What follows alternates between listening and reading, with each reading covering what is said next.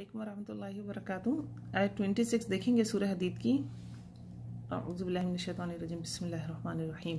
वलक़द अरसलना नूहा, वलक़द और अलबत्ता तहक़ीक़, अरसलना भेजा हमने, अरसला से अरसलना ना प्रोनाउन आ गए यहाँ पे, अरसलना भेजा हमने, नूहन नूह को, और किसको भेजा, व और इब्राहीम को, और इब्राहीम अलैहिस्सलाम को, व जअलना और बनाया हमने, फी ज़ुर्रियतिहिमा इन दोनों की औलादों में से क्या चीज़ बना दी, अन्नुबुव्वा नबुव्वत को, वल किताबा और किताब को, फमिनहुम मुहतद तो उनमें से बहुत से क्या हैं, हिदायत याफ्ता हैं, व कसीरुम मिनहुम फासिकून उनमें से बाज हिदायत याफ्ता हैं, व कसीरुम कसीर आ गया बहुत सो के लिए, और बहुत से उनमें से क्या हैं, फासिक हैं।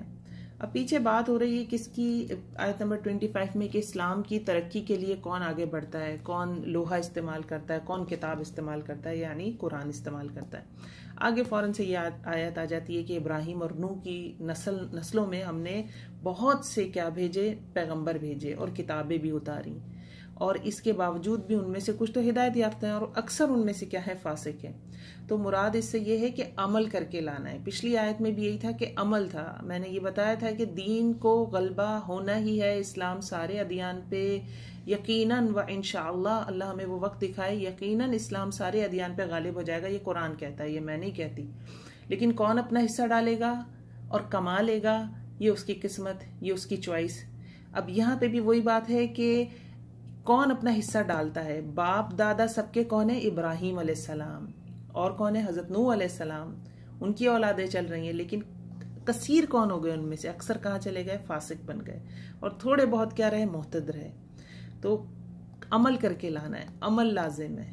वालिदैन पर कभी ऐसे भी होते हैं ना, हमारे बच्चे भी होते हैं, वो तकिया लगाए होते हैं, या कि तकिया किस सेंस में लगाए होते हैं कि नहीं अम्मी अब्बू सब कुछ कर देंगे, नहीं, अपनी मेहनत लाजिम है।